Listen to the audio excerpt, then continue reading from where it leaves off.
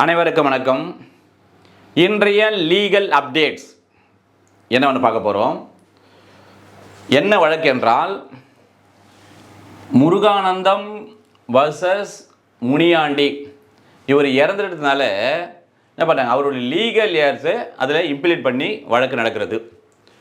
என்ன 2025 லைவ்லா supreme court page number 549 இன்றைய வழக்கு தான் அது. ஓகேவா? சரி, இந்த வழக்கினுடைய முதல்ல ஃபேக்ட் என்ன? இந்த டிஸ்ட்ரிக்ட் முனிசிபல் கோர்ட்டு மதுராந்தகத்தில் இந்த வழக்கை யார், இந்த முருகானந்தம் அவர்கள் தாக்கல் செய்வதற்கு என்ன ஃபேக்ட் என்பதை முதல்ல பார்ப்போம். இவர் முருகானந்தம், இவர் முனியாண்டி இருக்காங்கல்ல, இதுதான் வந்து அக்ரிமெண்ட். இவர்கள் இருவரும் ஒரு அக்ரிமெண்ட். எதை பற்றி? இந்த லேண்டு. இந்த லேண்டு யாருது? முனியாண்டிது இந்த லேண்டு. சரி, இவர் என்ன பண்ணார், விற்கிறோன்னு சொன்ன உடனே இவர் வாங்கிப்பதற்காக அக்ரிமெண்ட் போடுறார்.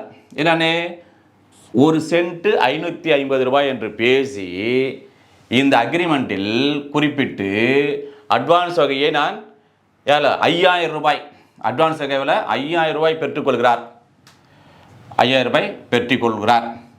எப்போ, எந்த டேட் ஆஃப் அக்ரிமெண்ட் என்னவென்றால் 1/1/2000 இந்த தேதியில் அக்ரிமெண்ட் போடுறாங்க. இவ்வாறு இருக்கின்ற போது என்ன பண்ணுறாங்க, இந்த 2 வருஷம் கழிச்சு அப்புறம் இந்த நிலத்தினுடைய சுவாதீனத்தை இவர்கிட்ட ஒப்படைச்சிடறாரு. யாரே? முனியாண்டி ஒப்படைச்சிடறாரு. 2 ஆண்டுகள் கழித்து மறுபடியும் 10,000 ரிசீவ் பண்ணுறார். பிறகு அந்த என்ன பண்ணுறாரு, இந்த சேலை எக்ஸிக்யூட் பண்ணல. இந்த நிலத்தினுடைய பத்திரப்பதிவை இவருக்கு பதிவு செய்யவே தெரியல. ஆஸ் பர் இந்த அக்ரிமெண்ட் படி பண்ணலை.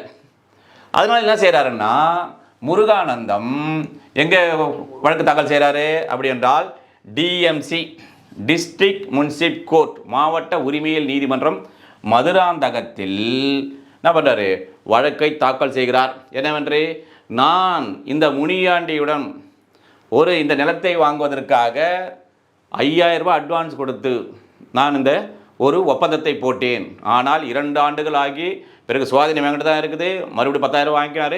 ஆனால் கேட்டால் அவரே தள்ளிக்கினே வராரு, ரிஜிஸ்ட்ரேஷன் பண்ண மாட்டார். எனவே ஸ்பெசிஃபிக் ரிலீஃப் ஆக்டில் குறித்த வகை பார்த்து பரிகார சட்டத்தின்படி 1963 படி எனக்கு நீங்கள் நீதி வழங்க வேண்டும் என்று இந்த நீதிமன்றத்தில் வழக்கு தொடுக்கிறார்.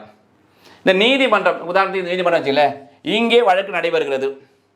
நடைபெற்ற பிறகு நீதிமன்றமானது, மதுராந்தகம் நீதிமன்றமானது என்ன உத்தரவு பிறப்பிக்குது என்று சொன்னால், பாருங்க, ஆர்டர் என்ன, ஆர்டர் பாஸ்ட் ஆன் 21/4/2015 இந்த டிஎம்சி மதுராந்தகம் நீதிமன்றத்தில் வழக்கு என்ன பண்ணுறது, உத்தரவு பிறப்பிக்கப்படுறது. என்னவென்று, dismiss the suit. Unregistered agreement to sell was inadmissible under Indian Stamp Act 1989 section 35 and Registration Act 1908 section 17 படி. அதாவது என்ன சொல்கிறாங்க, இந்த அக்ரிமெண்ட் இருக்குல்ல, இதை இவங்களோட போட்டுக்கிட்டாங்கல்ல, அதை என்ன பண்ண, ரிஜிஸ்டர் பண்ணலை. ஆஸ் பர் ரிஜிஸ்ட்ரேஷன் ஆக்ட் என்ன சொல்லும், 100 ரூபாய்க்கு மேலே போனவே ரிஜிஸ்டர் பண்ணணும். இது நீங்கள் பத்திரப்பதிவை செய்யவில்லை. 2வது ஸ்டாம்ப் ஆக்ட், முத்திரை சட்டத்தின்படி ஆஸ் பர் செக்ஷன் 35 அந்த ஸ்டாம்பை நீங்கள் ஒட்டலை. அதனால் இது நிலைக்கத்தக்கதில்லை, இது ஏற்றுக்கொள்ள முடியாது இந்த அக்ரிமெண்ட்டையே என்று டிஎம்சி மதுராந்தகம் நீதிபதி அவர்கள் என்ன பண்ணாங்க, அதை டிஸ்மிஸ் பண்ணிவிட்டார்கள், தள்ளுபடி செய்தார்கள் இந்த வழக்கை. முருகானந்தம் அவர்கள் இந்த டிஎம்சி நீதிமன்றத்தில் வழக்கு தாக்கல் செய்கின்ற போது அந்த பிளைண்ட்டுடன் இந்த அக்ரிமெண்ட் இல்லை, இந்த அக்ரிமெண்ட்டு ஒரிஜினல் வந்து மற்ற நிறைய டாக்குமெண்ட் அவர்கிட்ட இருந்தது, அதில் மிக்ஸ் ஆகி போட்டதால் கண்டுபிடிக்க முடியாதனால இந்த அக்ரிமெண்ட்டினுடைய நகலை அந்த பிளைண்ட்டுடன் வைத்து தாக்கல் செய்திருப்பார். அப்போ நீதிமன்றத்தில் வருகின்ற போது இது ஒரிஜினல் இல்லாதனால மார்க் பண்ண மாட்டாங்க. உடனே இவர் என்ன பண்ணுவார், யார், Muruganantham, order 7 rule 14 sub rule 3 read with 151 of CPC 1908 படி ஐஏ ஒன்று போடுவார். அந்த ஐஏ நம்பர் என்னவென்றால் 1397 ஆஃப் 2014 என்ன சொல்லுவாருன்னா, என்கிட்ட வந்து அந்த ஒரிஜினல் டாக்குமெண்ட்டே இருக்குது, இந்த ஒரிஜினல் டாக்குமெண்ட்டை நீங்கள் மார்க் பண்ணுங்க அப்படின்னு அந்த ஐஏ போடுவார்.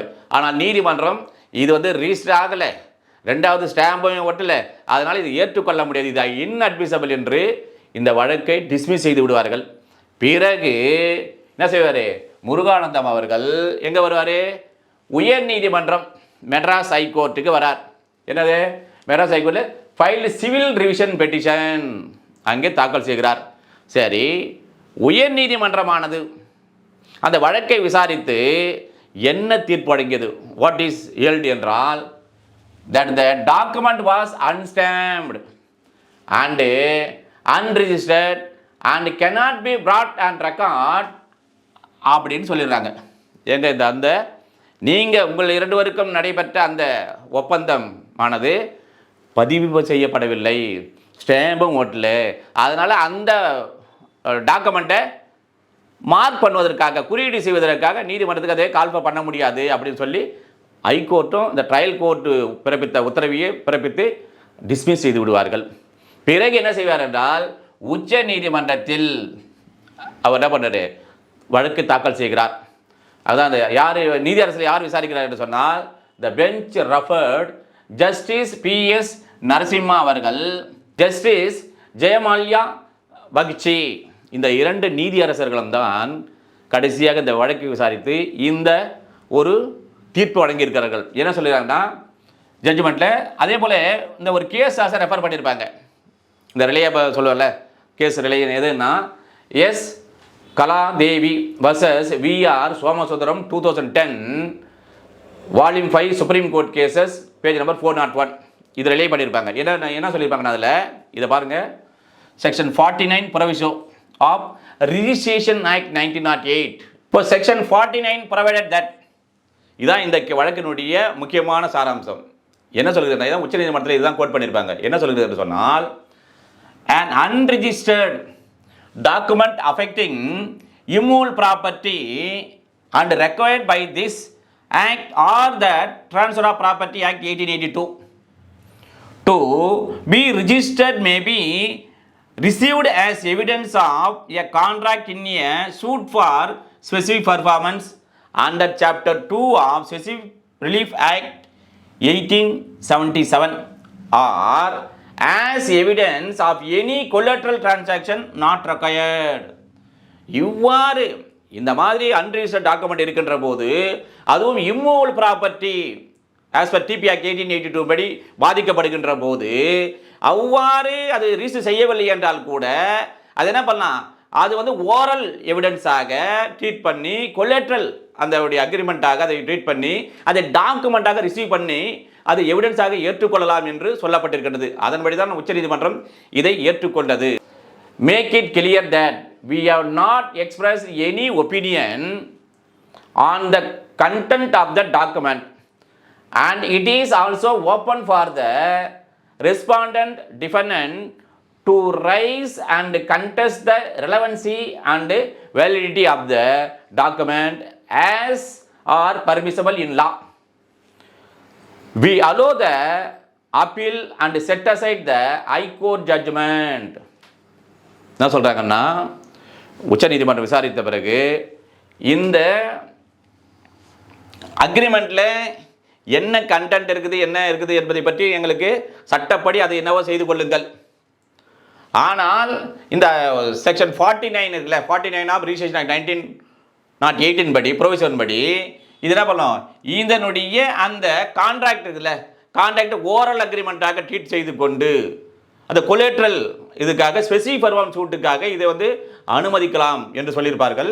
அதே மாதிரி பார்த்தீங்கன்னா இங்கே பாருங்க, when an unregistered sale deed tendered in evidence not as evidence of a completed sale but as proof of an oral agreement of sale அப்படி என்ன பண்ணாங்க, ஹெல்ட் பண்ணாங்க. என்ன சொல்கிறாங்க, இந்த அக்ரிமெண்ட் ஆனது இது கம்ப்ளீட்டாக இது வந்து ஒரு விற்பனை முழுவதுமாகிவிட்டது என்பதற்கு இது வந்து டாக்குமெண்ட் இல்லை, ஒரு எவிடன்ஸாகவும் இல்லை.